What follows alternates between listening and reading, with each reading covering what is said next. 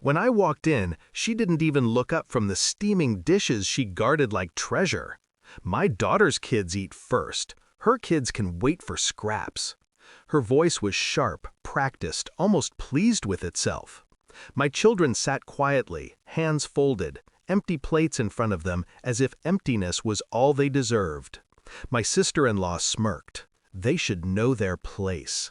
For a moment, the room went silent. I felt something inside me tighten, not break.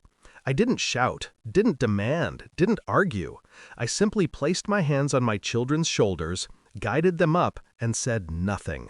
They thought my silence was surrender. They thought my retreat meant defeat. 10 minutes later, their house filled with screams they never expected. But to understand the screams, you need to understand what led me there. Backstory, the beginning before the rot. I met my husband when the world still felt gentle. He smiled easily back then. I mistook that ease for kindness. His family welcomed me with rehearsed warmth, tea, compliments, the illusion of acceptance. I was young, hopeful, blind to the quiet competition in his mother's eyes, the measuring in his sister's. When I had my first child, I thought I'd earned a place in their home.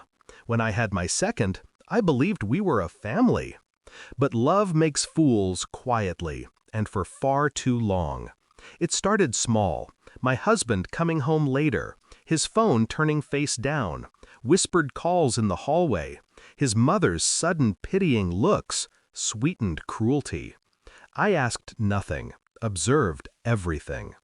The confirmation arrived one night in the softness of a message notification he forgot to mute. "Are you coming tonight? She's finally asleep. I miss you." Her. The same woman whose kids ate first. The same woman who smiled at me during family dinners while adjusting her dupatta like she was covering her sins. My husband had been having an affair with his sister's best friend, and apparently the entire family knew. My mother-in-law's hatred made sense now. My sister-in-law's smirk had a root. My husband's distance had a name. The betrayal was complete. But instead of shattering, I sharpened. I didn't confront him, or her, or them. People who expect your silence expect your weakness. I contacted a lawyer the next morning. Not the loud kind, the quiet kind, the kind who wins in silence. I gathered evidence, every message, every late-night location ping, every bank transfer he made to her, every photo they thought was hidden. I learned the law like scripture: custody, property, child support, mental harassment, adultery patterns, financial misconduct. I didn't breathe a word of it. Revenge is best prepared behind a closed mouth. And then came the lunch invitation, the one they used as an opportunity to humiliate my children. It was almost poetic. When I walked out of that house with my kids, I called one person, the officer who owed my lawyer a favor. "Everything ready?" I asked. "It'll be done in 10 minutes, he said. 10 minutes. That's all it took. I stood outside their gate, kids safely beside me, when the police van arrived. My sister-in-law was the first to scream. My mother-in-law stumbled back when they entered. My husband's face drained when he saw the officers holding the file I had compiled, every page a blade. Financial fraud under his name but supported by his mother. Misuse of joint funds. Unauthorized transfers to another woman. Property disputes. Neglect of dependents. All real, all provable, all punishable. I didn't fabricate a single thing. I didn't need to. Truth is often the best accomplice.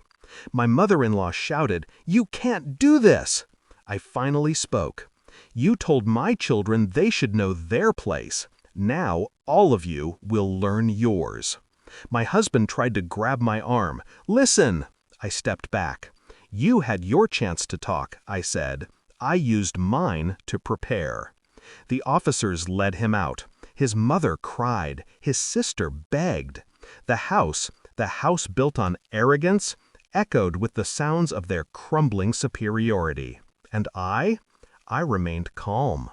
Revenge doesn't need noise. Justice doesn't need volume. Later that night, after my kids were asleep, I sat alone and let the silence settle around me.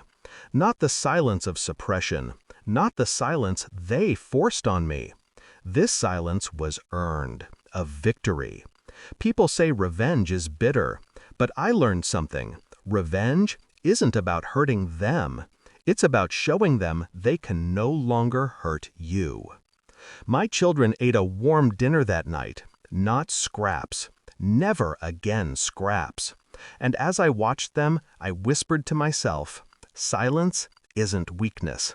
Silence is where storms are born.